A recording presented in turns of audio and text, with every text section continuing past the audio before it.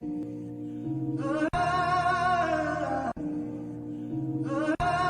praise to the Most High perpetually. Yeah, forever. There's an overwhelming passion as I stand right before you. They will never understand the type of love I got for you. Perpetually praise you from the womb to the soil. I got haters cause I choose to enjoy you. Figure that people using you the most, treating you like a genie. You delivered us from Egypt, they must thought it was easy, but they ain't got the nerve to check me for my fringes and zits. You don't love them, then your spirit's beneath me, cause I'm riding you the most high. But they been rejected since Samuel. One-on-one conversations got me feeling like Daniel. This is not fake, I treat them like a friend or companion. So don't you ever try to judge my expansion. This is real, shed a tear in the studio whenever I write. I'm in his essence, feel his presence like I'm holding a light. Never second guessing all the missions that he chose for my life. This is evidence, remember this, be bold for what's right. Me and him, we personal. What please you, I thirst to know. If it's enemies, I'm first to know. They try you, I'm first to go. But you so merciful, you use me so purposeful. Cut so deep, it's surgical. You got my spirit vertical, I promise. All praise to the Most High.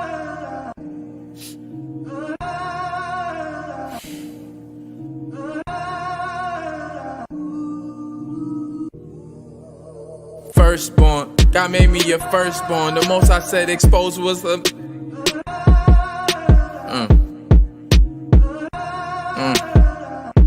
Hold on. Firstborn, y'all made me your firstborn. The most I said exposed what's underneath, just like my shirt torn. Blessed as long as a church song gave me purpose to work on. And that was all way before the earth formed. Just listen, all praise the Most High, the Father that made us. I remember when I was 5, I said a speech for the mayor. We been blessed, so I can't let no enemy play us. We gon' shine in one direction like lasers. Our time is now, and we don't really got time for later. That's a candy bar, our ancestors blessed in his favor. Go to war with demons, still ducking, dodging is Satan. I just hit a nerve like a sensation. You feel me? No pun intended. Thought that my life was ended. Diseases struck my kidney, but the Most High was with me. How can I not give him his praise? They see the Father in me. Enemies try to end me. My friends don't really get me. That's why my heart be windy. Fake friends, I got too many. What do you got to lend me? Your spiritual pocket's empty. If you do not know my struggle, do not envy at all. Cause when your friends turn their back, tell me who do you call? The Most High.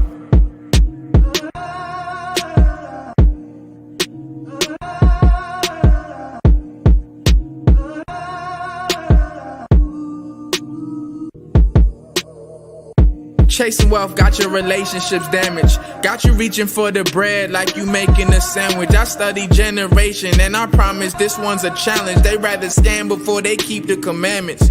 Damn. No cap, we need to pray for this planet. We at the end and they spirits abandoned. The evil taking advantage. Meanwhile they cover wounds like a bandage. They taking chips, put your hands on the scanner. Damn, I remember shootouts on Memorial Drive, repenting every single day because my stories be wild. Shouts out to every single scripture that helped through all my trials. I know the Most High been with me since a child. Can you relate?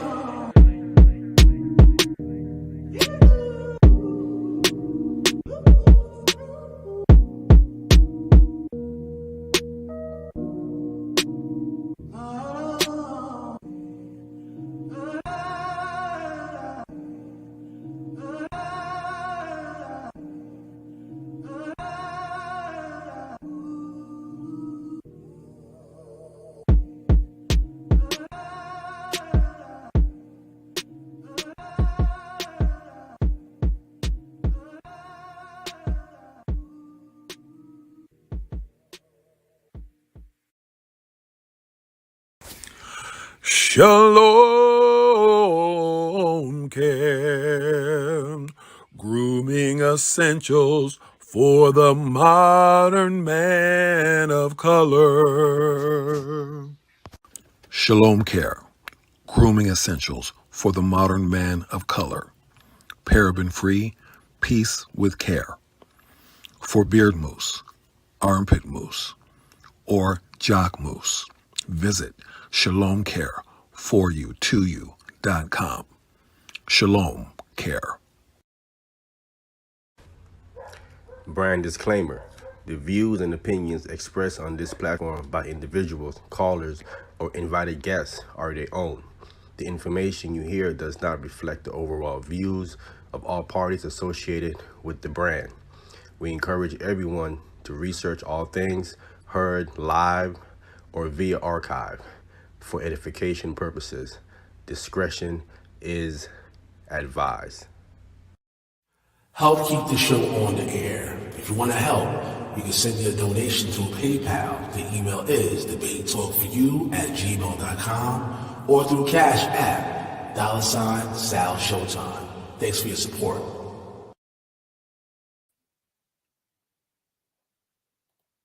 Shalom, shalom, Shabbat shalom. You're now tuning in to Debate Talk for You Radio. I am Gabbar Alaha, and this is Spiritual Food Sabbath Meal, Episode 9. About to get into reparations talk once again. We got our guest, King Melek ZakarYah, coming back for another one to give y'all some information concerning reparations, as well as things going on in the community. Give me a minute, y'all. Let me switch out this mic real quick. I see it's going in kind of low. So let me go ahead and try. I was trying out this headset, but it wasn't working. I saw my volume was a little low. So once again, Spiritual Food Sabbath Meal, Episode 9. Going to be getting into reparations talk. Got a guest, King Melek ZakarYah, and he'll be bringing on another guest, GODSun. Okay. We're going to be bringing these guests in so that way we can talk about these things. Hopefully you guys can get some information that you can have to be informed about what's going on with us as a people. All right. Before I begin, I want to give all praises to the Most High Yahweh in the authority of his only Son, Hamashiach Yahweh Shai, who was commonly called Jesus Christ. And to everyone that's tuning in, whether it's live right now or the playback, may Yahweh keep you and watch over you all always. Okay. Shout out to all the people who are hosting shows here on Debate Talk for You. Make sure y'all check out their all of their content that's in the archives. A lot of interesting content. Shout out to Sal Showtime for allowing us to use his platform. Okay. Once again, your generosity is always appreciated. Without further ado, I'm going to go ahead and bring on King Melek ZakarYah. King Melek ZakarYah, you're live on the air. Shabbat Shalom. Thank you so much for having me, first of all. And then I want to welcome anybody who's on listening, everybody out there. My name is King Melek ZakarYah. I am the owner at Shalom Care, ShalomCare4you2you.com. I am also a singer-songwriter, and I am an activist for the reparations for the modern-day descendants of American Negro slaves and the host of Reparations Talk. And I'd like people to stay tuned for the information on that when it becomes a weekly show, which will take place on Wednesday evenings at 7 p.m. On the platform Debate Talk for You. So stay tuned for the debut of that show. I just want to give a shout out. First of all praises to the Most High Yahweh for this Sabbath, this double Sabbath. And I want to just do a shout out to all the 12 tribes of Israel, the modern day Israelites that are spread out to the four corners of the earth. And real quick, I just want to acknowledge that there are also other people of Black nations who might be listening, people who may recognize themselves in Kemetic science. There may be some Muslims on here. There may be Christians on here listening. And I just want to say that we are all Black people, but we are from different Black nations. And this conversation, reparation talk, is an attempt bringing us together as Black nations to go over this information and discuss the reparations that are long overdue to our people. I do have a special guest who is waiting in the queue as well, GODSun, who is a strong servant for the people of the Los Angeles area, and he is an activist for the renaming of a park in Los Angeles called Lemert Park to rename it to be called Africa Town for the people, for our people who exist there, who live there, who thrive there, who have businesses there, and who have grown up in that community and who have a great love for the community. And so Billion Godson is a brother whom I respect, and I'll just give him a moment to just say hello right quick and introduce himself. All right. Let's go ahead and let's get Billion Godson here on the platform. I'm all right, Billion Godson. You're live on the air. Say what's up to the people. Hey, greetings, family. Thank you for allowing me the opportunity to join you all in this conversation on this beautiful Saturday we have right now. Yes, I am from the LA area, and I am in submission to the Most High and serving the people. All praises. All right.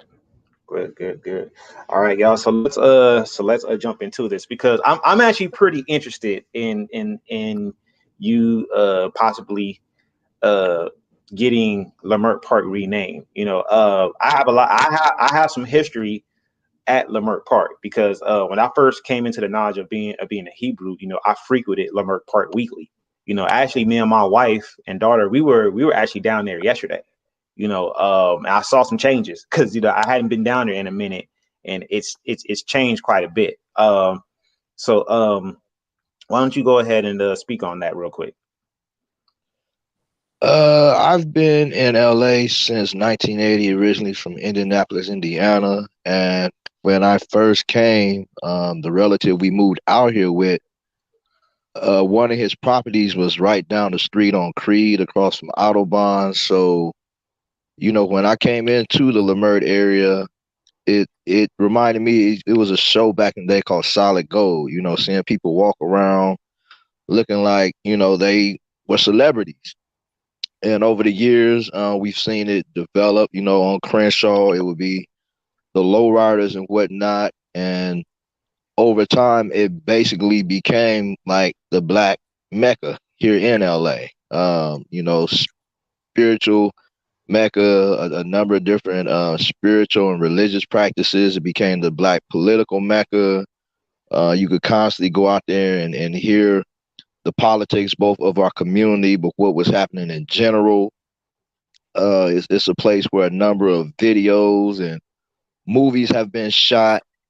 And then somewhere in the 90s, going into the new millennium, this movement that is referred to as gentrification, we call it colonization, but gentrification really began to manifest. And then around 2012, it was in full effect. So going back to the 90s, one of the first elders, it was an elder sister, I don't even recall her name, but she would just lightly say, you know, this is our Africa town, it's our little Africa.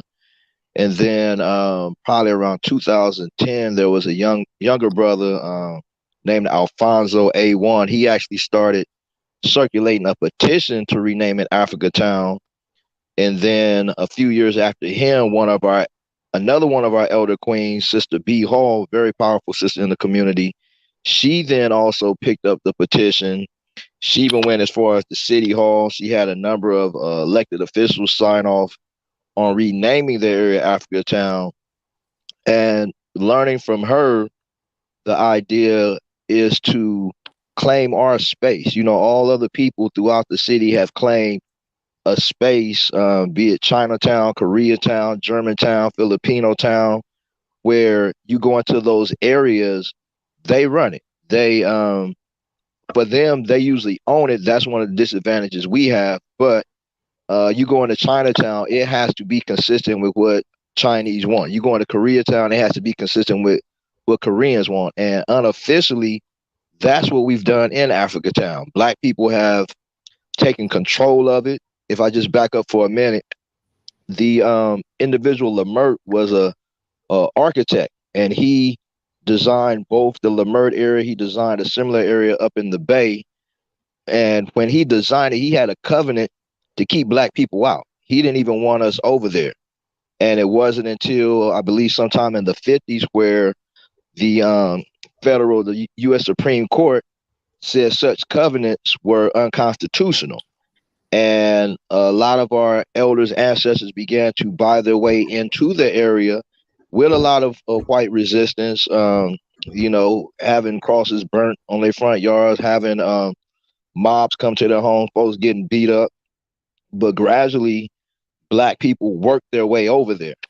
And, coming back to when I arrived, 1980s, that's what it was. It was a chocolate city. So after hearing all these people express why we needed to claim it as our Africa town around 2016, we had formed a coalition. Initially, we didn't have a name. So for about the first 6 months, we engaged in a lot of programs, community safety over there, looking out for the homeless, tapping into the meetings, hearing about gentrification coming. So around the spring of 2017, it just came to us, we had to claim this as our Africa town.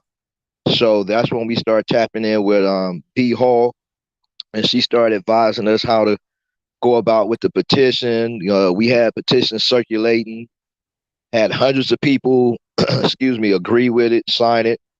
But the thing with the legalities of the petition, the only signatures they will count are people in the immediate area. So where like at festivals, we would gather signatures and just different people passing through, people throughout the city believe we should have a space that we claim as our own.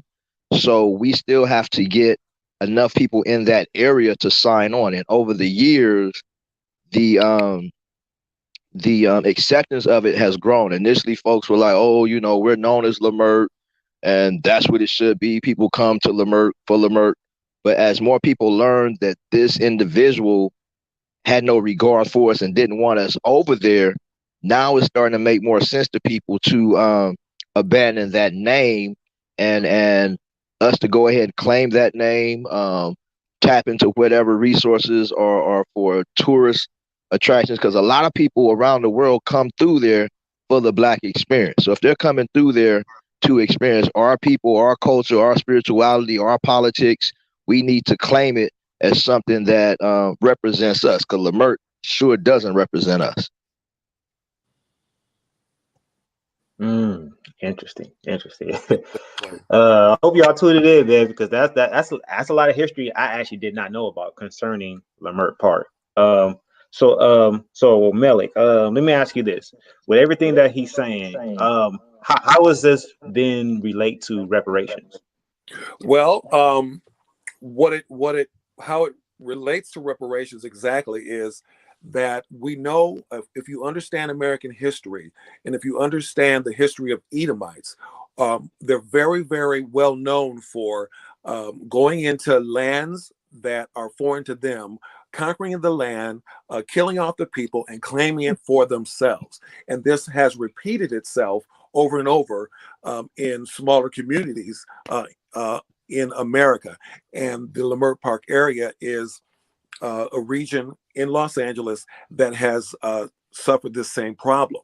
Now, before anybody was here, if you know the history of the state of California, before anybody got here, it was a deep valley with a whole bunch of orange groves, and there were indigenous people here before them. So once again, white people come in, they take over, they kill off the people, and then they claim it for themselves.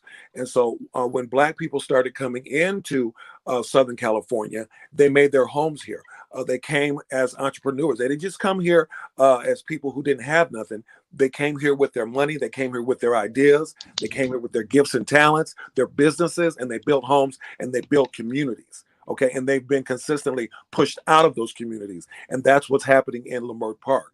And so what we need to do is we need to be, I mean, it's clear that America owes us reparations, but it's also clear they don't want to give it to us.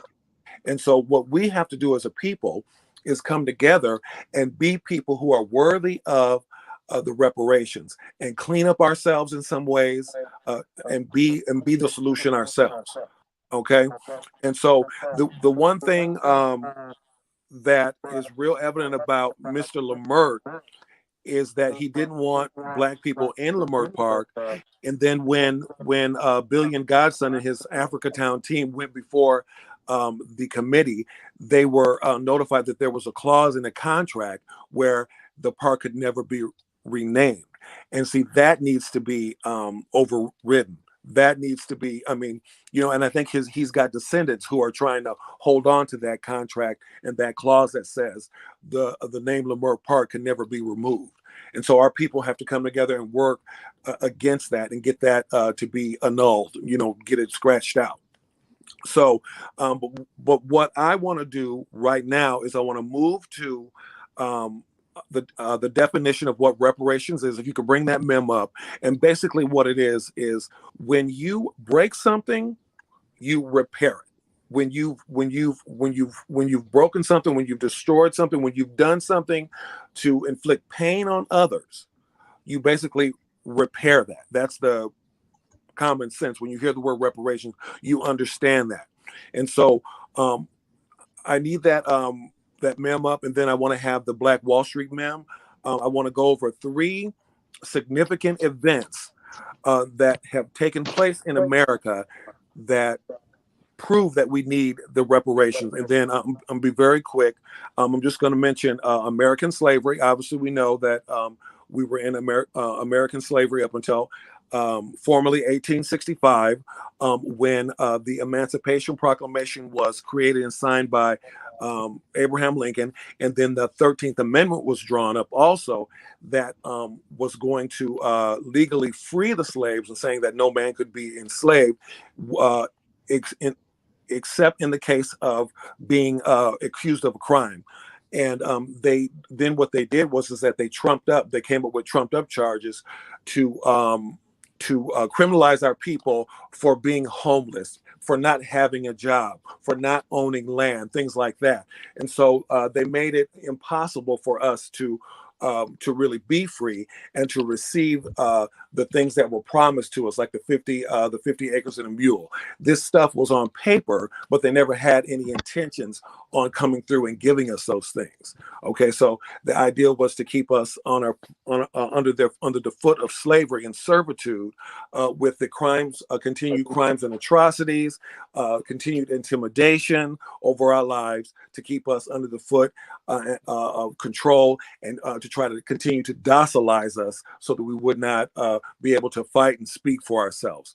It was a very difficult time. So we're looking at American slavery, which supposedly ended in 1865. Then we're looking at a period where our infants and toddlers at any moment could be kidnapped and used as alligator bait. Okay, for the shoe industry, the purse industry, to make money.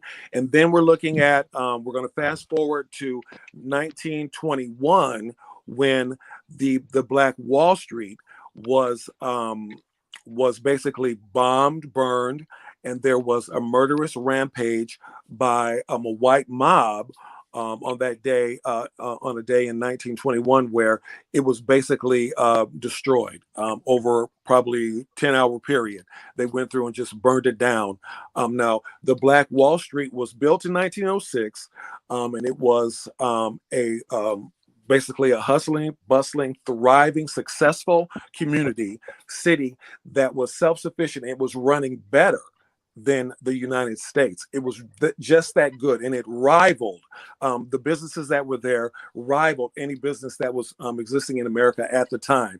And so when we have events like this, when we know that our people can provide a self-sustaining company, a community, we know that they successfully did that, then we realize that America owes us something. America just tried to destroy our people, and they owe us something, and they don't want to honor that. Okay. And then we even know that 3 years later, in 1923, the community of Rosewood was yet again another successful Black community, maybe not as big as the Black Wall Street, but it was noted. It was our people were there, and it was self-sustaining, and they destroyed that as well. So there's a long list of Black communities and cities that were self-sustaining, that were destroyed. I even have a mem for that, the Black cities that were destroyed.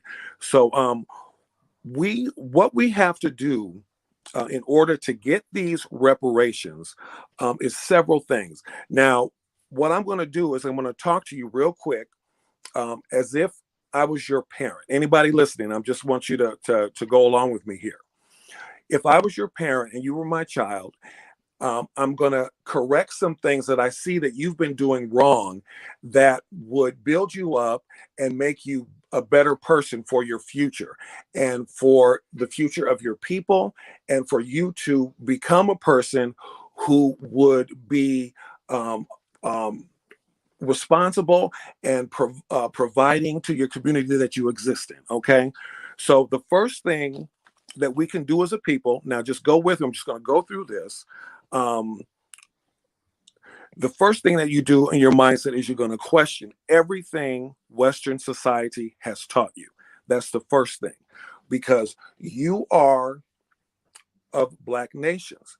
Now, we're limited. We were limited for a while to think that we were nothing but American slaves. We have a history that goes way back beyond American slavery. And when we get to that history, we find out who we really are as ancient nations of the beginning of this earth, the original nation builders, the original kings and queens of this earth, the intended judges of this earth. That's what we find out about ourselves as Black nations. Now, we're divided. We're extremely divided today. That's another one of the issues that we have. Some of the things I'm going to say are real controversial, and you might be offended by it at first. But we can have time to go over these things and get to the details and prove these things. But what we do as a people, as we because we're so divided, and we've got our people who identify as Muslims, we got our people who identify as Moors, we have people who identify as Christians, and so what we do is the spiritual power that we have as Black people, the connection that we have to the universe, the connection that we have to the creator of the universe, we waste that spiritual power respecting each other's man-made religions.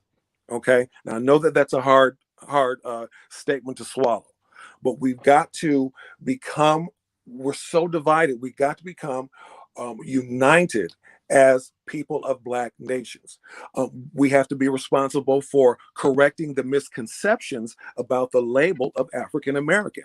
Now, there's some of us that are African American.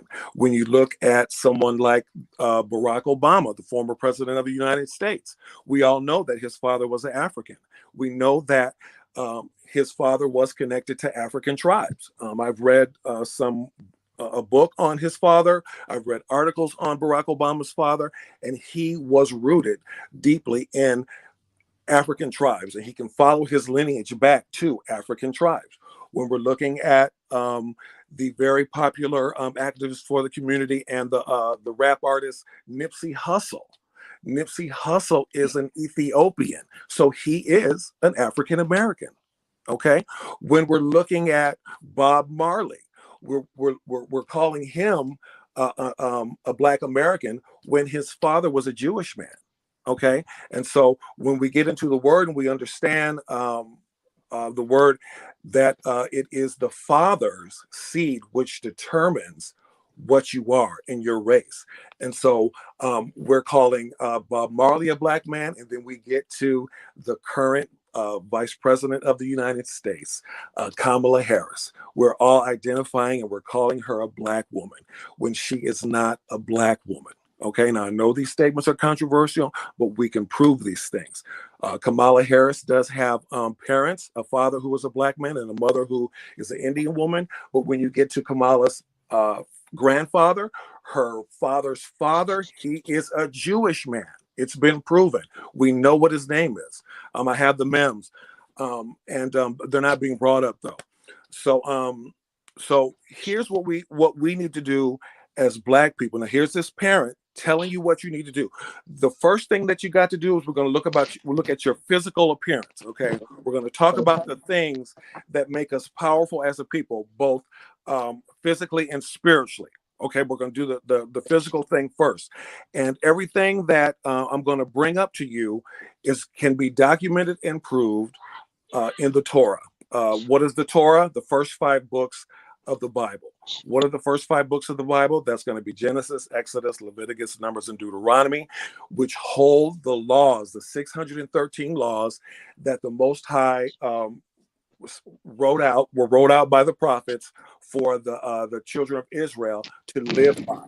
And so what we're seeing today, a growing of of modern day modern day of of American Negro American. slaves waking up and beginning to walk in their true identity as the children of Israel. Okay. And when we're talking about reparations, those are the first people who are going to be in line for any reparations that might be paid out. Okay, so it's going to be the modern day descendants of American Negro slaves. And then I hear people coming in and saying, well, white people were enslaved, there were other people who were enslaved, and we're not discussing what happened to the Irish people over in Ireland. America's not responsible for that. Okay, we're talking about reparations for the modern day descendants of American Negro slaves. We're going to focus on that, and then the other Black nations that exist, because what happens in America in these modern times is that when Black people are discriminated against, when Black people are killed by the police, they don't stop and say, well, are you an American Negro? Are you an African? Are you a Moor? Are you a Muslim? No, they don't do that. They just kill you because you're Black. So, but what we have to do is we have to straighten out the misconception of that label, African American, because there are some of us who are African American, but the majority of us are going to be, when you get to ancient terms, because I'm using modern terms. If I start talking about or using the ancient labels of the nations, like Edomite, like Israelite, like Hamite, like Ammonite, like Moabite, people are not going to know what I'm talking about. But all of those labels, those ancient labels, can be traced to their modern day people today with the modern day labels that we have. Okay, so so what I'm saying here is that we're not all African American. Most of the descendants of the slaves are going to be Hebrews. Now I know that's going to be a hard pill to swallow for a lot of people who are listening, but look at this as an example. When you're looking at modern day Asian people, you're going to have them as Chinese, Japanese, Korean, Filipino, Taiwanese. When you're looking at white people, you're going to have them being Irish, English, Scandinavian, Polish, Czechoslovakia, Czech Republic, Iceland.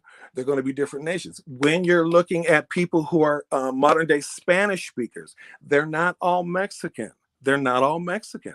They're going to be from Honduras. They're going to be from Guatemala. They're going to be from any other the countries in South America. They're going to be from Brazil. They're going to be from places in Mexico. And even those people who call themselves Mexicans, you're speaking Spanish, and Spanish is the native tongue of the country of Spain. So that's not even your native tongue. So if all of these other nations can understand that they're different ethnic backgrounds, why on earth, why in the world are every Black person in the United States identifying themselves as African when that's not the case? And there's nothing wrong with being African. African culture is rich. African culture is amazing. African culture is beautiful. There are some beautiful African people. What we have to do is we have to straighten out who we are as Black nations and stop identifying all of us as African American. We can begin to identify ourselves as people of Black nations. And then we break down what those Black nations are. Some of us are going to be African. Some of us are going to be Hebrew. Some of us are actually going to be Egyptian. Some of us are going to be Native Negro. Okay, what am I talking about when I say Native Negro? I'm saying that in the 14th century, when Christopher Columbus got here, he came across Black people. He came across people with Black skin. So you're going to have the 14th century to 17th century Native Negroes who were here, okay, Black people who were here thousands of years on American soil before Christopher Columbus even got here. And Christopher Columbus was purpose-driven. He knew exactly who he was looking for. He was looking for the lost 10 tribes. And he actually had Black scholars and scouts with him, having him, helping him navigate to North American soil. So there's a lot about history that was hidden, that has been uncovered recently here. So this is a lot of information that we won't get able to go over now, but I'm putting it out here so that it can be discussed and that you all can go and do your own research and research these things, and you're going to find out about all this hidden information. So let's get back to the 14th century to 17th century Negroes. And then what you're going to do is you're going to have the transplant natives. All Okay. right, okay. All right, hold on real quick, Malik. So I want to be able to give Billion Godson a chance to respond because he is a guest on here. So I want to be able to give him a chance to shed light on some of the things that you were bringing out, so that way we can have like a dialogue going all the way around. Okay, cool. Okay. All right. So let me go ahead. I had to mute your mic, Billion, because you were getting some feedback over there. So I'm going to go ahead and mute you. Okay. So Billion Godson. And actually, I have a question too, because you guys were talking about the Jewish people. Now, I can't confirm this, but I heard that in regards to Leimert Park and who actually owns the commercial properties in that area are actually Jewish owned. This is what I used to hear. So is there any merit or any truth to that fact? From what I know, yes, there is an Iranian family who is Jewish that owns a lot of property over there. Directly across from the park on the west side of Degnan, they own a lot of that property. Even on Crenshaw, the old Total Experience that just burnt down, they own that from the business known as Hot and Cool on down to the spot known as Soul Folks. They own that entire block. But we also do have black ownership. The organization known as Art and Practice is actually headed by a black man. They also have a black woman on their board. Ben Caldwell on the east side of Degnan, going all the way down to the corner. He owns that corner, going north from the park, right before you get to the alley between the property that Art and Practice owns down to the alley. A Nigerian brother, he owns that. And then on 43rd Street, there's the Calloway family, a black family. They own that block. So we do have some black ownership in the immediate commercial district of Africa Town, but the area surrounding it, homeowner-wise, that is one of the highest percentages of black ownership, both in this city and throughout the nation. Up in the hills, Baldwin, Windsor, Ladera, those three communities are identified as the three wealthiest black communities in the nation. So on that level, there is a lot of black stakeholders over there. But yes, there are other people who have ownership, and that is something we've also been addressing. And it's kind of ironic, the properties that are actually owned by the Botak family are a lot more receptive to black people claiming and maintaining that community. We've been finding is black stakeholders who are inviting in the gentrification. Again, like a lot of our ancestors have done in the past, they don't see the 5, 10, 20-year plan that these white folks are coming with. They think the immediate resources they can get. The biggest issue right now is this train opening. So a lot of people are seeing the potential money that's going to come through on this train. And right now we're really dealing with an issue where a lot of stakeholders over there want to create an environment they feel will be more inviting for white people to come. Mm-hmm. And what they're not realizing is the history shows us as soon as enough of them come, they're going to want to take all of that. The homeowners who feel secure right now, they're going to want their homes. The commercial property owners, they're going to want those properties. Black people still fall into the illusion of inclusion. They still think this predatorial class of people will be inviting to us coexisting. And they've showed us time and time again That's naive. That's foolish. That's not looking at their true nature. So, yeah, it's just ironic right now that the people who are non-black, non-African right now who have a stake are actually a little more open to us maintaining, the last space we have in this city. Right. Mm-hmm. And I just wanted to add one thing. I was invited on this show to talk about reparations, a little bit about what we're doing. And it's known that we do claim ourselves as the Africa Town Coalition. It's known that we're claiming that area as Africa Town. Exactly. And, had I known we were going to get in conversations about terminology, the correct whatever, I wouldn't have got on this show, because that's not what we're about. We're about producing actual results. And I see too many of us wasting time on history talks, on religious beliefs, on who goes by what book, that book. And our people out here starving right now. That has nothing to do with beliefs. That has nothing to do with books. That we're under attack. Our people are being pushed out of their homes right now, regardless of how they identify, African, Hebrew, Israelite, Muslim, Moors. Everybody's been pushed out their homes right now. So Right. I don't have time to engage in who has the correct history, who has the correct terminology. I don't have time to waste with that. Our people are being murdered. Okay. That's what I we hear you, engage Billion. in. I hear So you, so we Billion. claim the Africa Town because we look at what do we have in the largest numbers.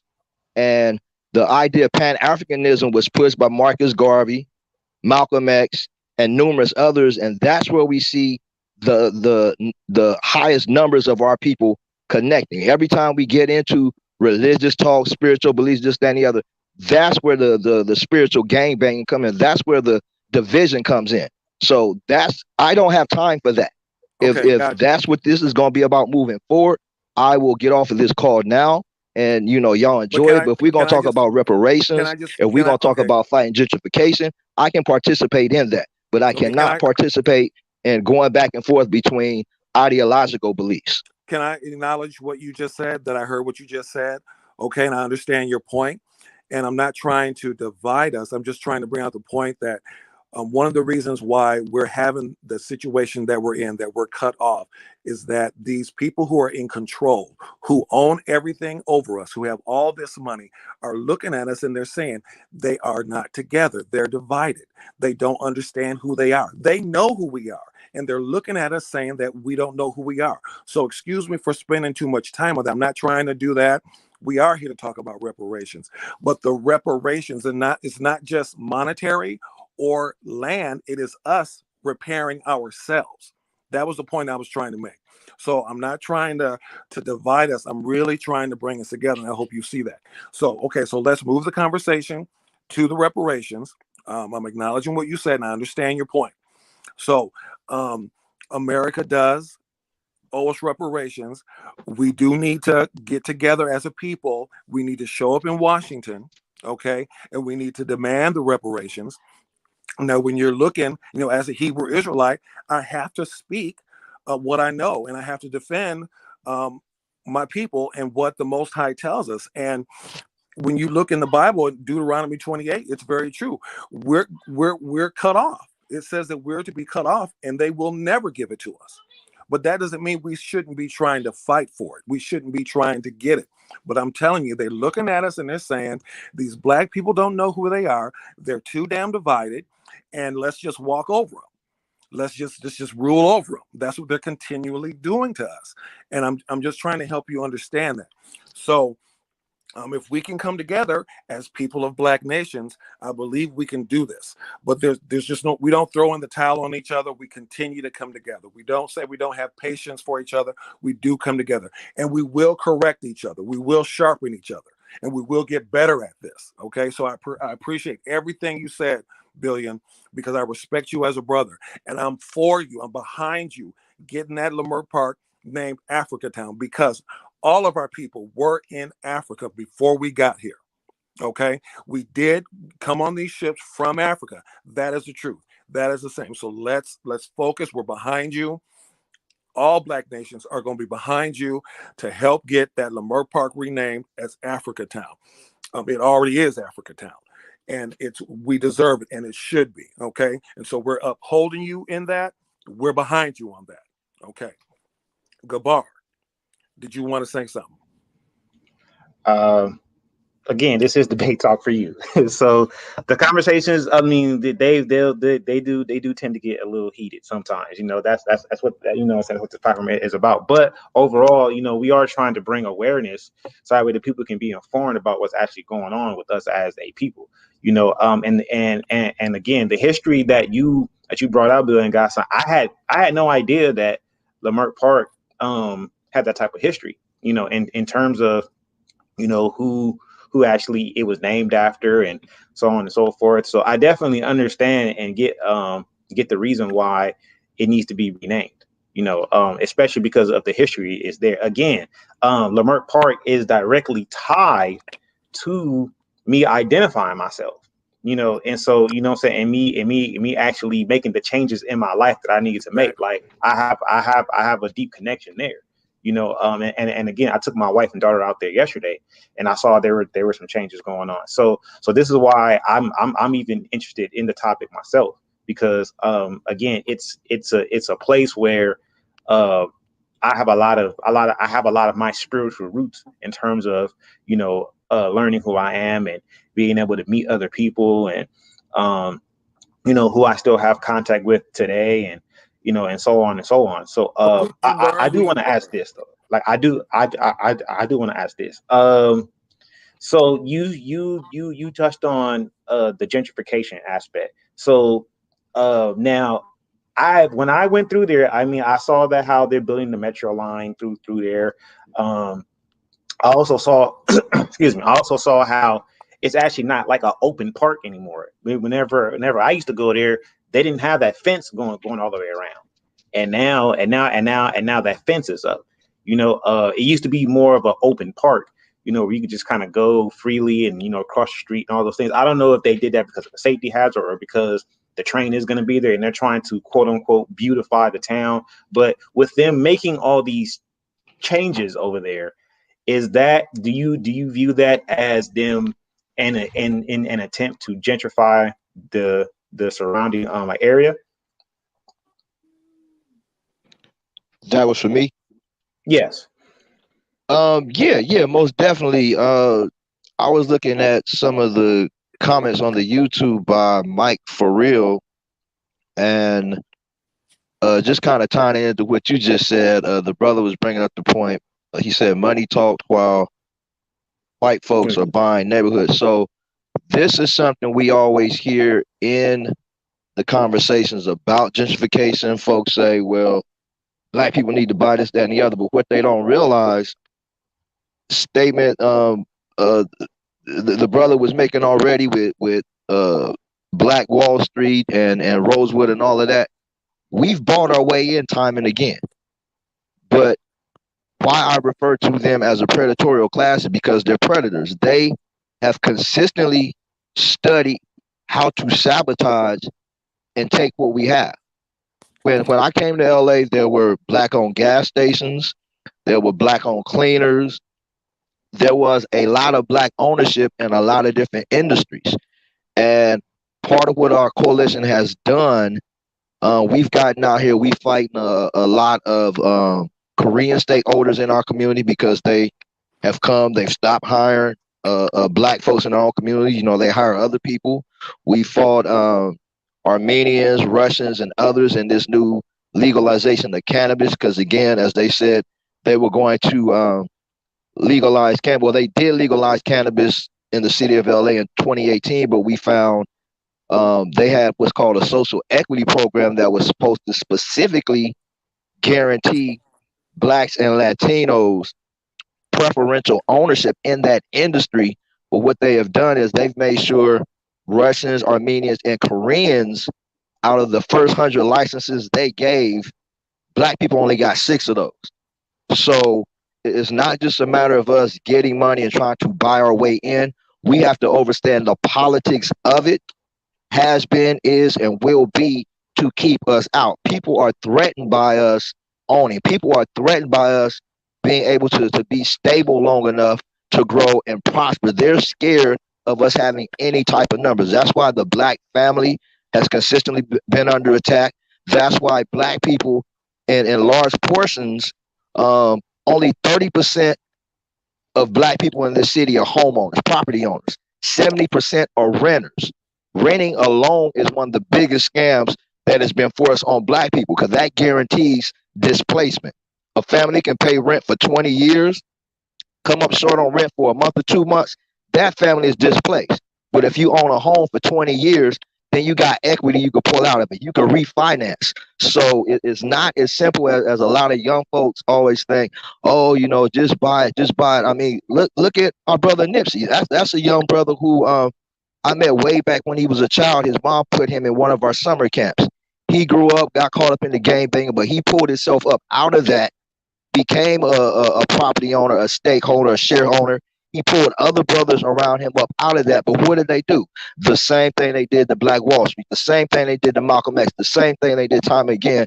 So our emphasis is that we got to understand we're dealing with a warrior class of people, a predatorial class of people. It's not just about buying our way into something. It's not just about, oh, we got to do what we told, we got to do what's right. No, we got to know these people are constantly plotting and planning how to sabotage and take what we got. And again, that comes back to what a few of us have said already. We have to unite, but instead of uniting being a slogan, we got to understand, like Malcolm X said, when we come to talk about economics and politics, we got to put religion to the side. Because if we try to keep emphasizing what we believe, which book we go by, that's where we're going to collide in class. So we got to understand the same economic issues Muslims got are the same economic issues African Hebrew Israelites, the same political issues those who identify as Black Jews got are the same economic issues those who identify as Black Catholics got. So that is our emphasis of it. And yeah, right now some of the changes we are seeing are again to welcome white people over there, but again they don't realize as more of them come, they're going to want all of that. A conversation I was having earlier, one of the things right now a lot of stakeholders over there looking at is pushing out our homeless brothers and sisters. In other communities, people are getting resources. They're figuring out a way to house people. But over there, the overall tone is looking at our homeless brothers and sisters as trash. You know, just get rid of them. We don't want them around. We're tired. We're sick of seeing it. But guess what's going to happen? As soon as you get rid of them, white homeless people are going to come. And if you go to Beverly Hills, you go to Santa Monica right now, you will see all these encampments, same as we have in our communities right now. They have encampments over there, but over there they understand they have rights. They can't just walk on their rights. So that's what the Black stakeholders over here are going to find out. Yeah, the police and all these different agencies might help you bully and push out your own people, but guess what? When the white homeless people come, they're going to find out white homeless people got more rights than a Black business owner. Same thing that's happening with the street vendors right now. For the past month and a half, we've been fighting for brothers and sisters who are out there trying to make a living on the streets. They've been pushed out the job market. They've been pushed out of Black ownership. So now they figured out a way to get out there every day, set up on the sidewalks and earn a living. But you have, again, this elitist, narcissistic pathology amongst Black business owners that they're going to come take over other grown people, tell other grown people how to run their business, where they can and cannot set up, what they can and cannot do, and push them out. But guess what? Other people are about to come set up. And again, when those other people come, that's when Negroes are going to fall back and understand, okay, they're second class to everybody else. So what we're really trying to emphasize to everybody right now, we all are under attack. And if we don't come together on a political and economic strategy, we're going to lose. We don't have time to keep debating back and forth over beliefs, opinions, this, that, and the other. We got to come together on practicalities, strategy, and move forward. And see, and now we're talking on the same page. My point exactly is that we need to walk away from all these man-made religions, because We can't continue to fight the battle physically. It's a physical battle and a spiritual battle. It's more of a spiritual battle. And we're ignoring the spiritual battle that's going around us. And these man-made religions are keeping us divided, and we're not gaining any way. We're not making any changes for ourselves. From ourselves. It's got to come from us. I think that we got to be economically involved. Yes, we got to look at the situation for what it is. But the reasons why they're on top of us, they got all the money. They own the corporations. They own the land. The reason why they're is because we're divided. Okay, and you're right. We don't need to be bothered with religions. I'm 100%. We need to realize who we are as a spiritual people and connect as that. We need to stop wearing all these American clothes, start wearing attire and garments from our ancient black nations. What did our people do when the Black Panther came out, the movie? Everybody went to the movie dressed as Africans in African attire. They were going nuts over it. And so if they can do that, we can get that right. Okay, we need to stop with all of the American influence hair colors and cuts and styles. The white man's military cut has evolved into the black man's fade. Well, what happened to our people growing a full head of our beautiful hair and not cutting the hair? What happened to our women wearing their own hair proudly? What happened? Why are we glorifying the white woman with all this blonde hair? See, we look crazy to them. They're not telling us this. They're not saying it to our faces. They're going back in their secret meetings and to their families, and they're saying black people don't know who they are. They're ridiculous. We got to look at it. We got to be honest about it. We got to clean ourselves up spiritually in order to get where we're going, for them to respect us, for them to give it to us, because it's in their hands. It's out of our hands. I agree with everything you're saying. You're making valid points, Billion. But it's just not a physical, but we can't continue to fight the battle physically and ignore the spiritual connection that we have as a people. So we got to clean up ourselves. We got to correct these misconceptions ourselves. And we can never walk away from each other as Black nation, people of Black nation. We got to come together. And even if some of us learn something new about ourselves, that's great. Let's not be afraid of that. If we learn that we're exactly right, let's not be afraid of that. But let's definitely respect each other for our differences as Black nations, because that is going to empower us. We need to be in Washington. Okay. Now, when we'll say this real quick. When Martin Luther King was here, he was organizing men, women, and children on marches, and they were coming together as a people. We haven't seen that. We've lost that. And how we lose that is because we got people who identify as bees, bastards, and thugs. Well, how do you organize bees, bastards, and thugs? How do you organize those people? We got to start with self. We got to start cleaning ourselves up. So these are a few things that I wanted to bring out. I think that the reparations, obviously, is that one thing that we all agree on and that we know for a fact we deserve them. Okay, how are we going to get it? What do the reparations look like? What could they be? It's a combination of things. It's going to be a combination of us repairing self so that we look worthy of it and we obtain it. Some of our people are do own. It's not that there's no Black people don't own anything. You mentioned several businesses that are over in the Leimert Park area that are owned by Black people, but sometimes we find in this fight that Black people will be our greatest enemy. Right. The problem. So we got to deal with that. We're gonna always deal with that. I think we had a brother, Herschel Walker, who was a former NFL football player, who went before Congress and said Black people don't need reparations. So it's a tough fight. It's a tough fight.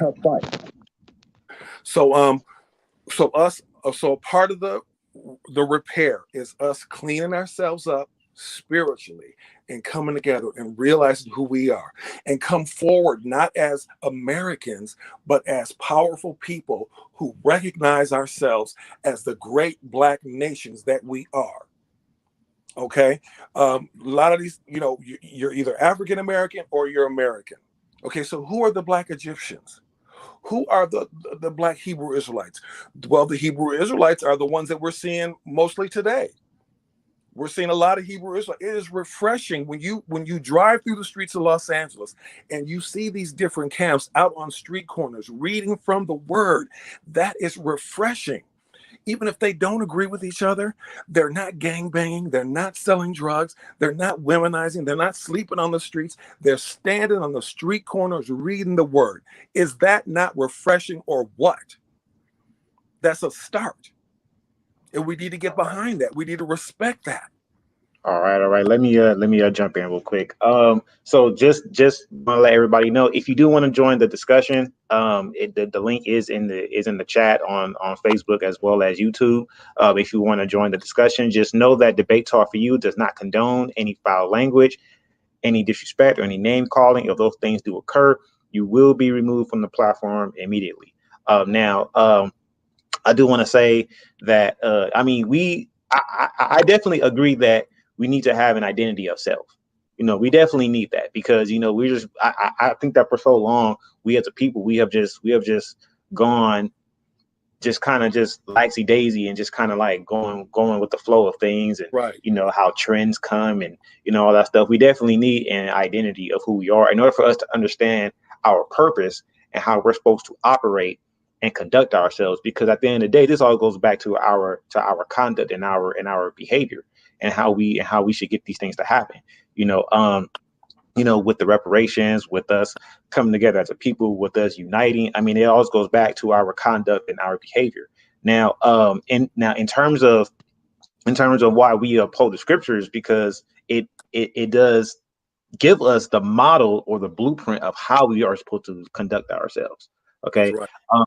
Like we're not just trying to just, spew some scriptures out and then all that, saying, we're actually trying to, take what we see in this book and actually apply it to our lives in terms of our conduct and our behavior. Okay. So, those are, and that's not said enough, for us as a people. A lot of times, even on Debate Talk for You, we do deal with a lot of doctrine and stuff like that, but we do need to address our conduct and our behavior, because while we, as you said, Billion, we continue to have contentions about different ideologies, religious views, and so on. I mean, it doesn't stop the continual slaughtering of our people in various forms, and then our oppressors get off scot-free. Exactly. They just get the walk. So we do need to still, at the end of the day, address these things, and that's what this platform is all about. We're going to address these things. We don't want to run from anything. We just want to be respectful on the platform while Exactly. we are, because again, we do have to be a model for our community, and us being able to have a voice, like all of us do. We do need to be able to do that, so that way, that can then resonate with these other nations, and they can see that, okay, people are coming together. They are starting to conduct themselves in a manner which is not in a manner which is conducive to them thriving. Exactly. So, That's right. so I'm with you on that. Now, I do want to ask you, Billy and GODSun, so what in the currently in 2021, in the year of 2021, what is the current progress with the renaming of Leimert Park to Africa Town? What is the current progress?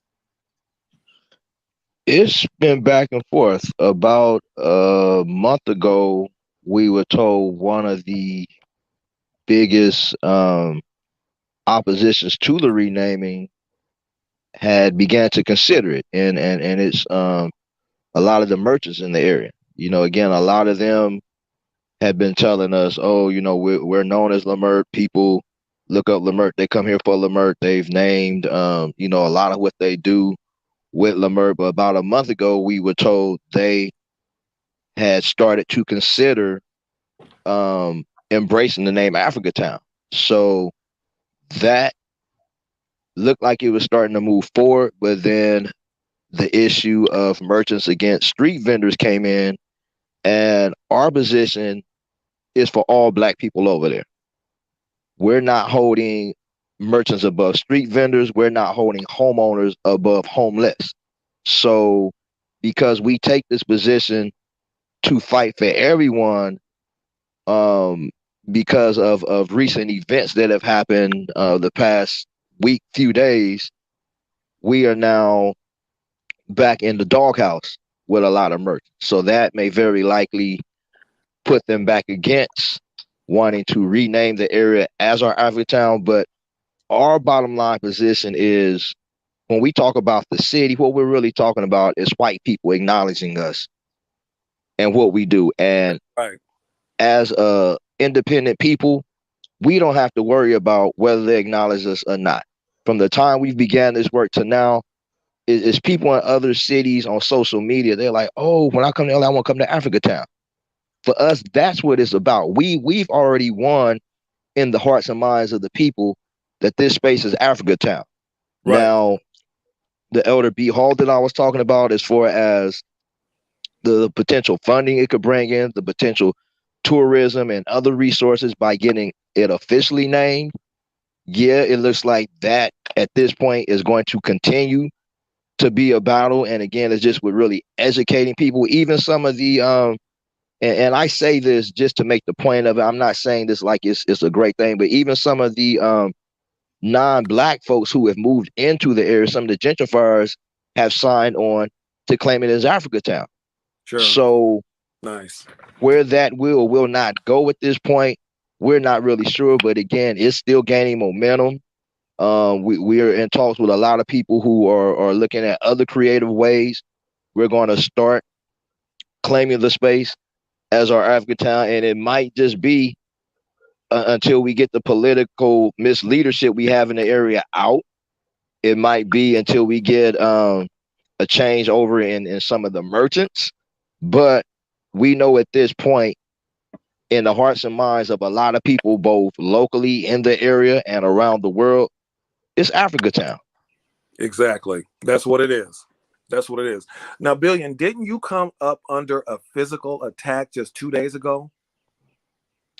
Yeah, and that's in relation to the issue I'm saying between homeowners and the homeless and merchants and the street vending. So, like I was sharing, for years, the attitude with a lot of, and again, we're all stakeholders over there. Right. But through the ideas of white entitlement, people feel because they are property owners or homeowners or business owners, they have more of a stake over there. But the reality is, when a lot of them businesses shut down, they go home to other communities.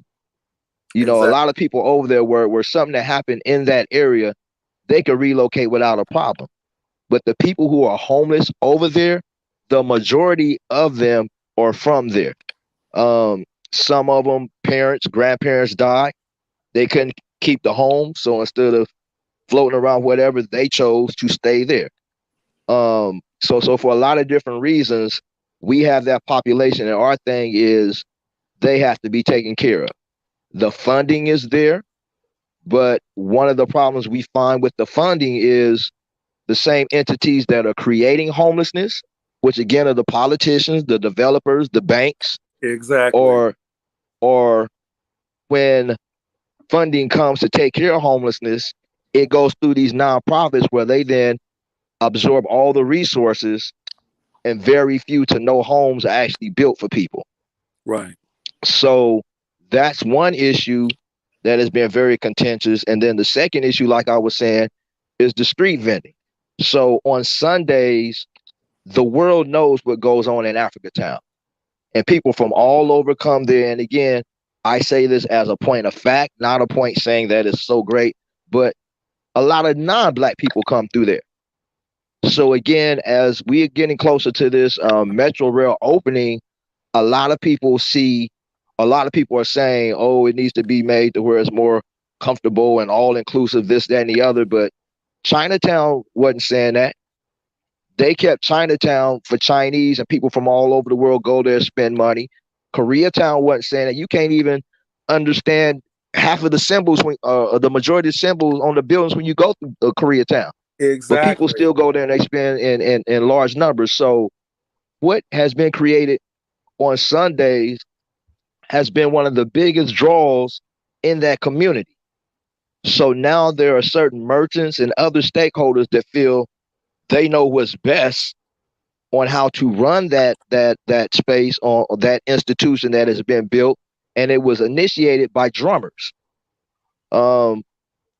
Drummers back in mid to late 90s started drumming, and gradually different vendors started popping up. You know, I've been vending out there different products off and on, but a number of people gradually came, and one day we looked up and realized, hey, this is a Sunday function we got going. So now here we are where this train's about to open.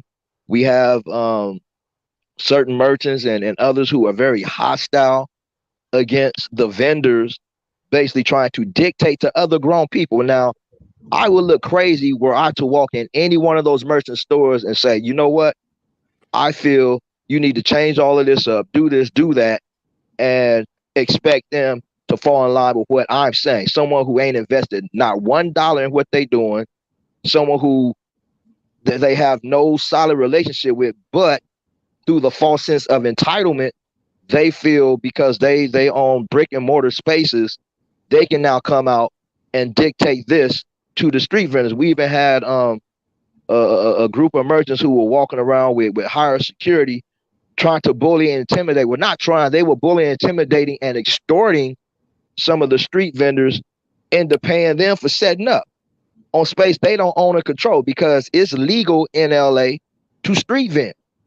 So one of the tricks they tried initially was to go around and have police and other agencies come out there and start sweating them. But again, because we pushed back, they said, okay, we'll give them a few weeks to get it together. So working with LA legal assistance, we were able to develop the Leimert Park Village Vendors Association.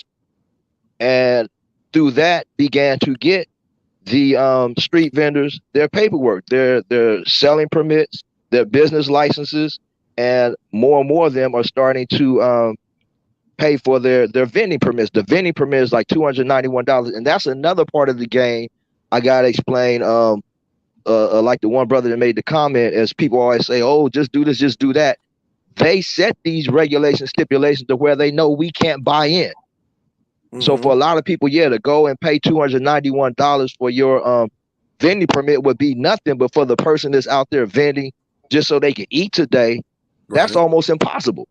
So again, they set these stipulations. But even with that, a lot of vendors started going out, getting all 3 permits and licenses. So their next move now is they want to establish a farmer's market. On the same day, we've been doing the Drum Circle and Marketplace. So a farmer's market Monday through Friday would be cool. You know, Saturday there's a new institution that has developed since last summer of street vending. Right.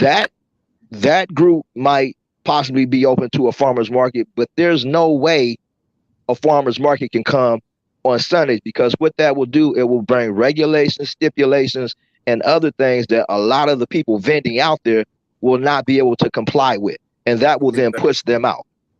And that's exactly and a driving force behind all of this, a year and a half ago, after he came into the community running probably the biggest nonprofit over there, he boldly said in a room full of stakeholders, police and others, his intention was to shut the Drum Circle down, shut the vendors down, and push out certain businesses he felt were not in sync with the vision they had. And this is the person who's tied in closely with Mark Ridley Thomas, the councilman over there.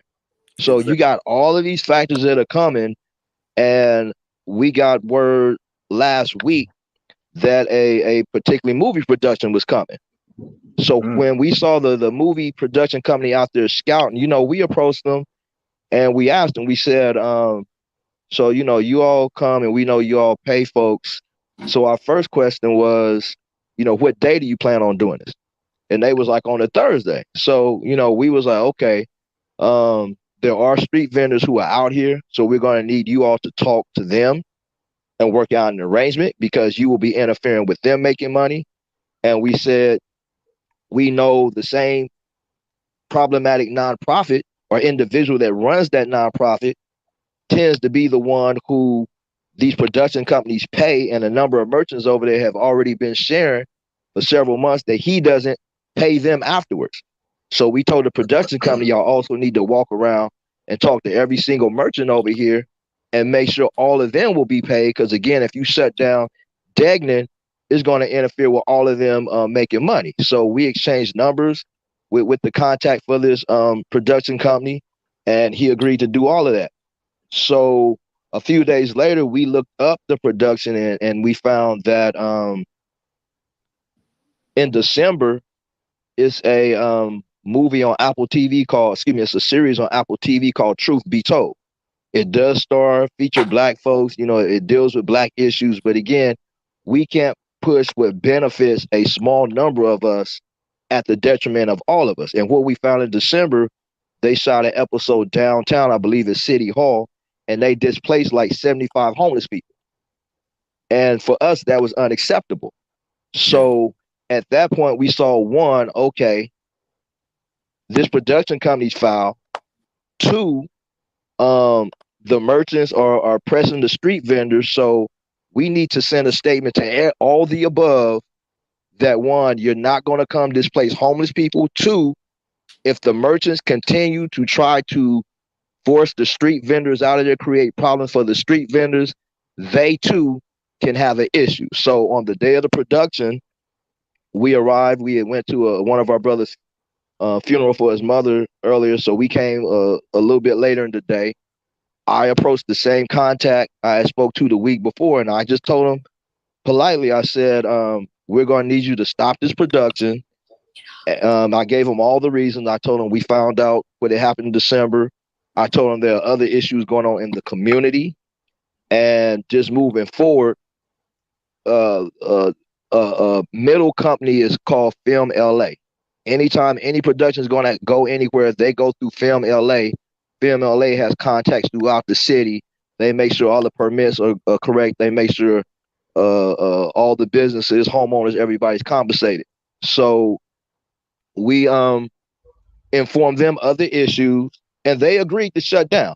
It was no issue. We told them that, had they chose to continue, they're very likely there would have been a protest, but they chose to do it. It wasn't no threats or nothing. But as we got in the middle of the street, the same nonprofit company, the individual that runs that, he had hired a bunch of gang members. Basically telling everybody he was hiring them as security, but basically he had hired them to clash with us. Right. So the LAPD came. The individual running this nonprofit, he also is over what's known as the GRID program in Los Angeles.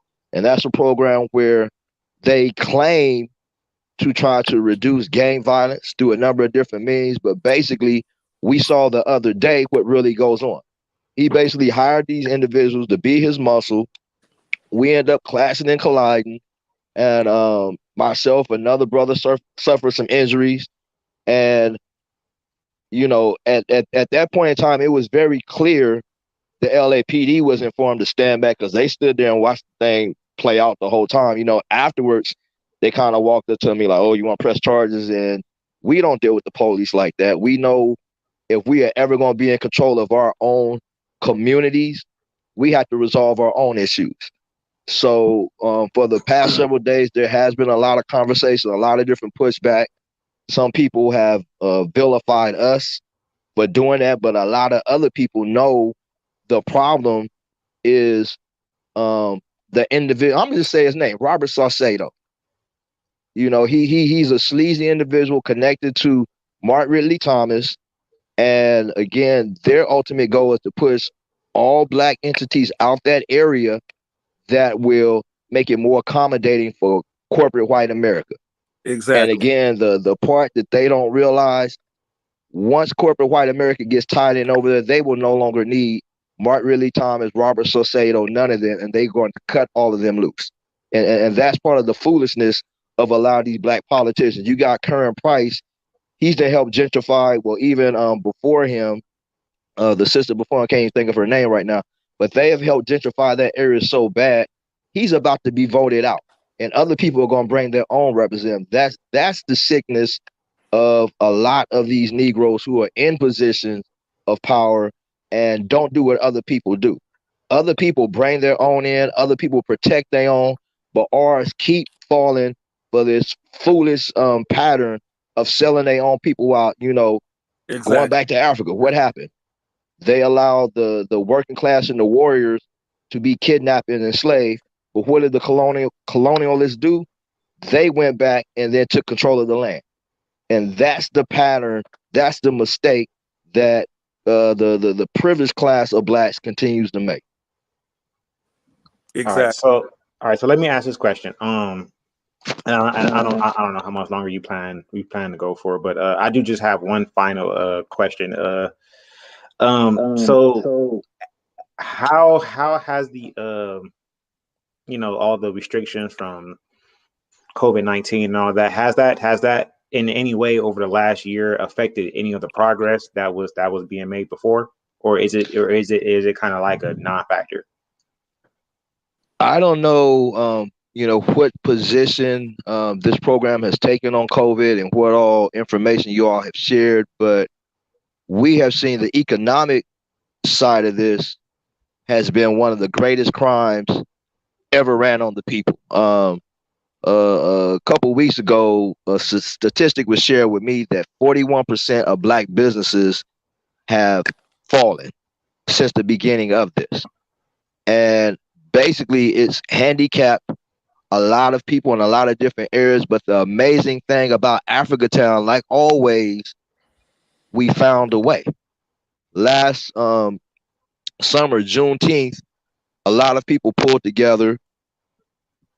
A lot of people pulled together, and we had the biggest Juneteenth the city of LA has ever seen. Thousands of people came and crowded into that space. And normally we'll see that turnout on the Taste of Soul. We'll see it on King Day. And every now and then, like back in the day, we had a Malcolm X festival that had a similar turnout, not as big as it was Juneteenth, but with that, it brought a resurgence to Africa Town. And there are a few merchants over there that have been big draws. Again, we got Hot and Cool. SO1 Books has always been a draw. Yeah, that's one of my There's a favorites. new business, Soul Folks, that's brought in a lot of crowd. There's Aki Bamboo. She maintains a crowd. Sika has always been a staple over there. We have Haroon Cafe, and we have Napoli Naturals. So with that, a lot of the crowd that came to Juneteenth started frequenting Africa Town more regularly. So then going to about September, this program, the city came with a program in an effort to save restaurants called Al Fresco. And basically they gave restaurants an opportunity to set up tables and chairs outside of their businesses.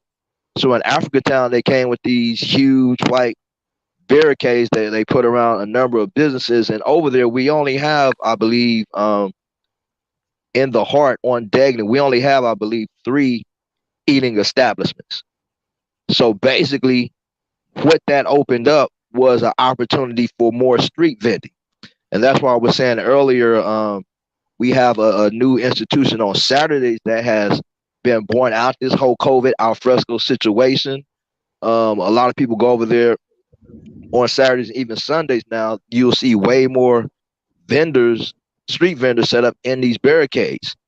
But with that, unfortunately, there were certain merchants and others who then saw the opportunity to tax the street vendors that they had no legal right to do.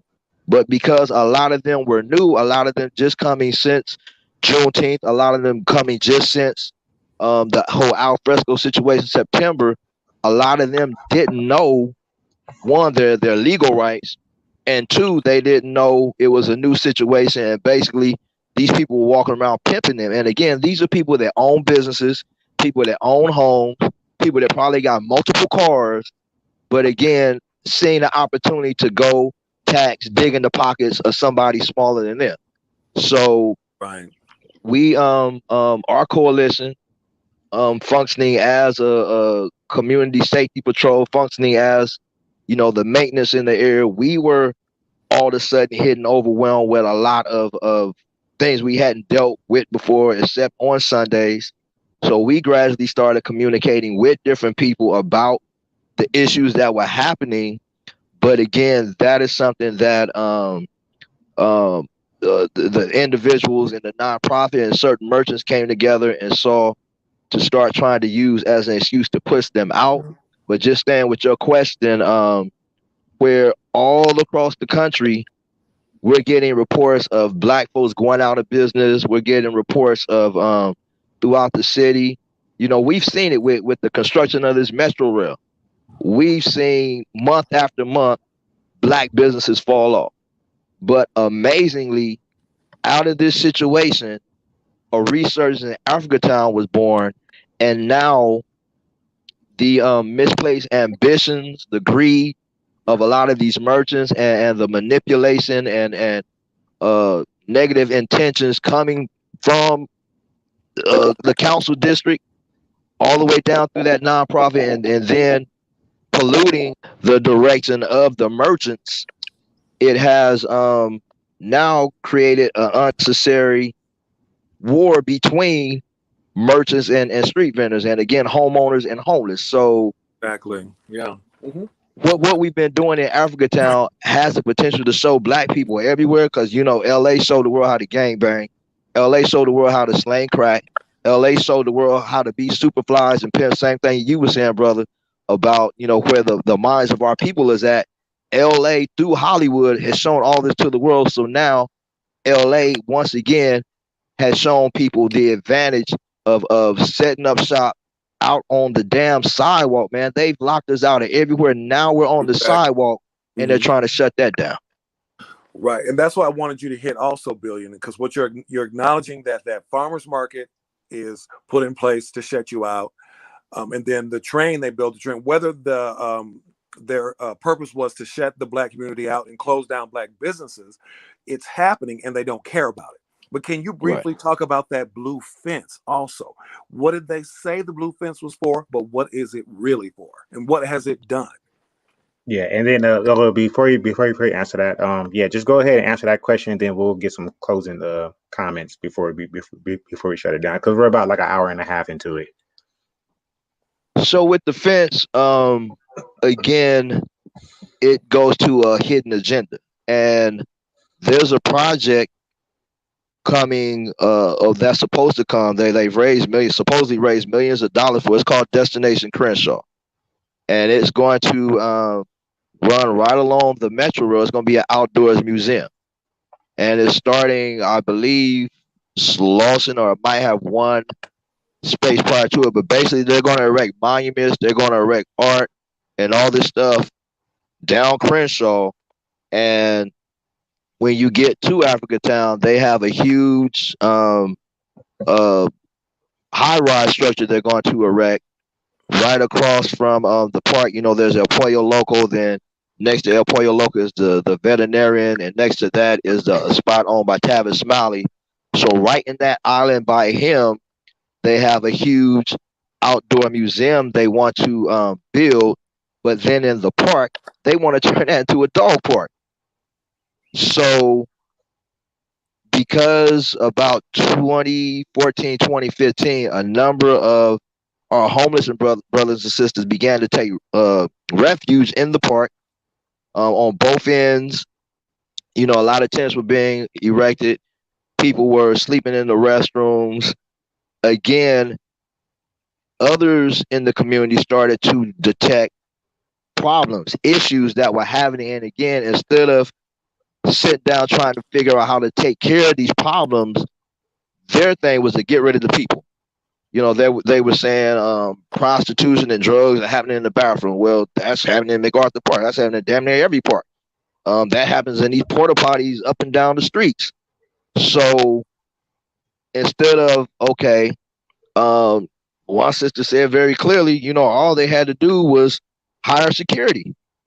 You know, pay security over there to help regulate that, or pay us so we could bring more brothers on staff and help to deal with that. So because fixing the problem would not have helped them to take control of the space and eventually get it to where it's a dog park, the fence became a stage for that, became one step for that. So with the fence, they were able to force the homeless out the park. They were able to stop the drum circle and vending that was happening in the park. Because again, one of the covenants that Lamert had was that there could be no commercial activity in the park. You know, a covenant made 100 years ago. They're trying to use that again to shut down black economics, but because like a lot of we had to do, people just claim that space, and the vending evolved over the years. So the fence allowed them to shut down a lot of that activity, and a lot of people thought it would just disappear, but we simply relocated to what's called People Street, and it's grown even bigger. It's created a huger parking issue because people used to park along where a lot of the vending now takes place when it was in the park. So there's been a lot of calls to reopen the park, but again, because they know on books and we found from inside sources, their ultimate plan is to turn that into a dog park. You rather accommodate dogs than people? That's the shit. You know, they always want to say homeless people got mental health issues. No, these politicians, these corporate executives got mental health issues when you prioritize a damn dog over a human being. So that is the basis of why the fence is up. And part of what erupted the other day, a couple of days ago in the streets, is because people are sick of seeing every time these white production companies come or somebody want to do a video shoot, now all of a sudden they can find the keys to open the damn gate. Excuse me. They can find the keys to open the gate and allow the people into the park. But those of us who live in the community have been denied access for what, almost 2 years now. Mm-hmm. So yeah, that's the basis of the fence, and that also played a factor in what happened the other day. Wow. Yeah. Wow. That's see, I was wondering why that gate was up, because like I said, that's not my history of being there. That my history of that park was it was open. I mean, you know, whenever I went through there, I saw how a lot of the parking was blocked off. So you can't really like park there like you used to. Like I had to park around the corner. I forget where street that is. That's like around a corner that kind of has like the little parking lot that you can pay to park in, like towards the back around the corner. Yeah. I noticed it was just very different, you know. And then usually the way I would kind of come out to kind of like make my way back on King, like I kind of was confused on the turn I had to make because the gate was there. Of like that I don't recognize the surroundings anymore, so it was a little foreign to me, you know. But the fact that you saying that they're going to turn it in. Well, they're trying and want to turn it into a dog park.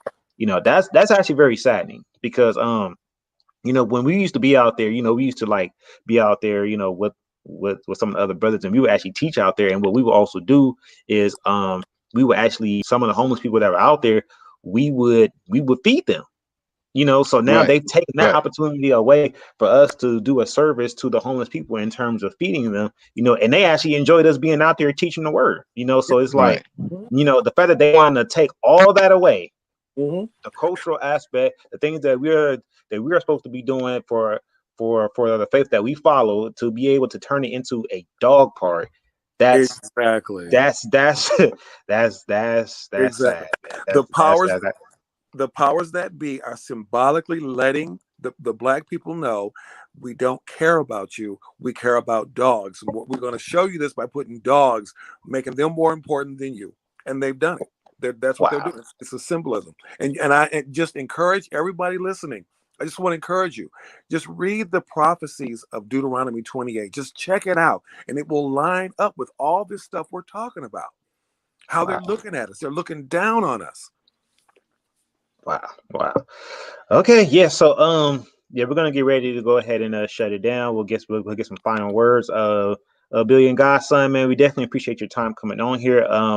Is there any way that people can get in contact with you so they can possibly be involved, you know, with helping out with in any way possible with what's going on over there in Lamert Park, or as it is hopefully to be renamed Africa. Africa Town. Is there any way you got any information, website, social media links that you want to share with the people so that way they can get in contact with you? Yes, most definitely. I appreciate it. On Facebook, we have a group called Africa Town. You'll see the red, black, and green. And that one, I think, is one of the more important ones because we allow all Black people from wherever, but most definitely a lot of people from the immediate community are there. So in addition to, the politics and issues and posts we make, a number of people from the community post on it on Instagram. Our handle is We Are Africa Town. My personal one is GODSun, and we on YouTube we have Africa Town Coalition. But also I have a personal channel, GODSun, and we have a website, Africa Town Enterprise, and that's directed to our nonprofit. The focus of our nonprofit is community development overall. But I was just speaking this morning. We will pick the petition to rename it back up. And every Sunday, we set up out there doing the Drum Circle Marketplace. We have a mutual aid program where we both feed people. We've been raising funds to get hotel rooms. We've been getting a lot of donations, clothing donations, sleeping bags, tents, a lot of things for the winter. Because again, even though LA weather is a lot better, we still have a high number of people that die during the winter. And throughout the year, the past several years, the number of people dying on the streets has increased. Last year, 3 people were dying every day.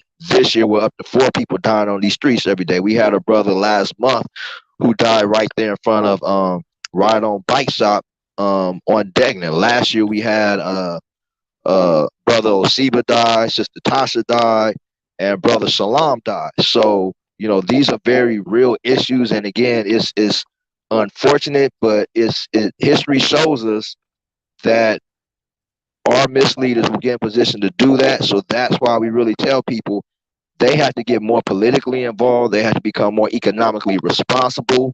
And I'll just leave you with that. All right, man. Again, and I did put I have found your Facebook.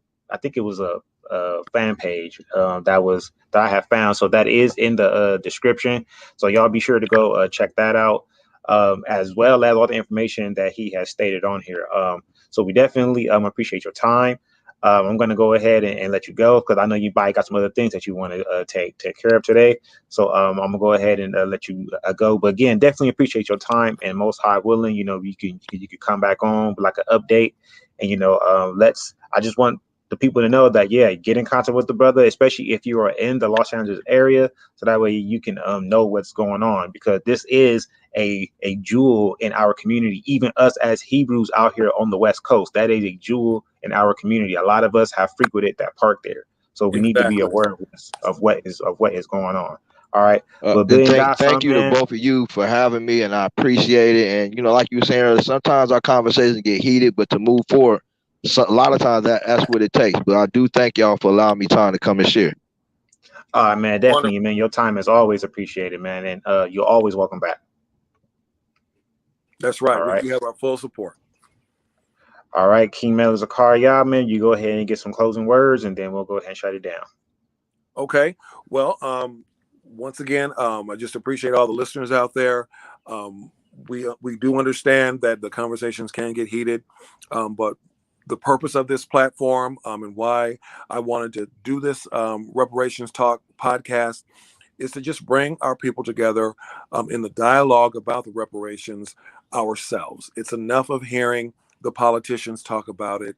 I'm just going to say white people talking about it, and people going into the black churches and having the black people bow down in front of white people and do an apology. You have white people leading this. And so we just need to take control of the issue ourselves. We need to boldly and confidently express the documented evidence that we have that is clear. They were very bold about recording everything they did to us, taking pictures of the lynchings. So let's continue to do this. We're going to have more conversation in the future. I do want to shut it down now and have a few questions if we can, because even myself, I need to get ready for a Sabbath meeting that's going to be taking place shortly. So we did have a long conversation. So my closing statement is just stay tuned for reparations talk on Wednesday on a weekly basis, exactly 3 weeks out of the month, because the last week we won't be on, and you'll know that once you get into the routine of the show. It'll be Wednesdays at 7 p.m. and just stay tuned for the information. It will be promoted, and you'll hear about it. So, Gabbar, if there's any questions, let's take a few, and then I want to shut it down quickly because I do need to get ready for a Sabbath meeting. No, we don't really see any questions. Look like everybody was just kind of like tuned in and just kind of taking it all in. Not too many questions. If they were, they were already addressed. So we can go ahead and shut it down. Okay, very good. Once again, I appreciate this opportunity from being here, because this is spiritual food. So today, this is Gabbar. Gabbar is the host of Spiritual Food. So even myself is a guest today. So when reparations talk is totally in my hands, and it's on, then I'll be in control, and I'll have control of the MEMS and the computer and all that stuff. But today, reparations talks was a guest today. So thank you so much for having me. Appreciate it. Appreciate the brothership, the family that we have in Israel. And just stay tuned for more information about reparations talk. Thank you.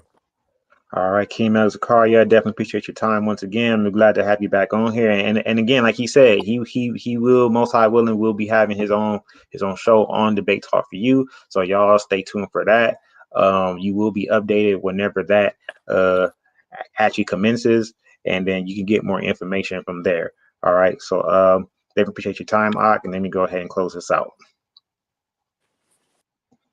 All right, y'all. So there you have it. We had reparations talk here on Spiritual Food Sabbath Meal, Ep.9. Just want to give a couple of announcements real quick. Again, we will be having Black Jesus Minister in the hot seat live on Debate Talk for you via Blog Talk Radio. So y'all be sure to tune in for that.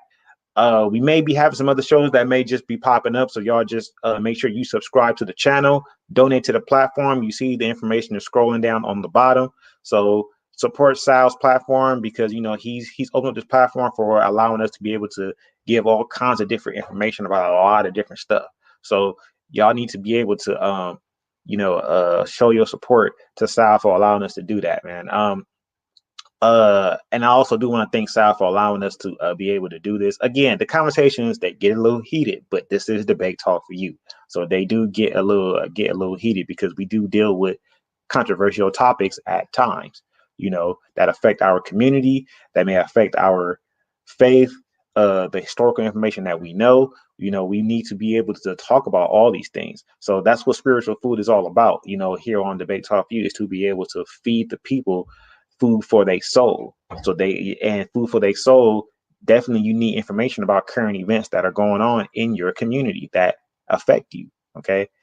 So just be sure to tune back in next week for Spiritual Food Sabbath Meal, episode 10. Haven't figured out a title yet, but I'm thinking I might go with a controversial one for you guys. Okay. 'Cause I know I haven't done too many controversial ones as far as biblical teachings go.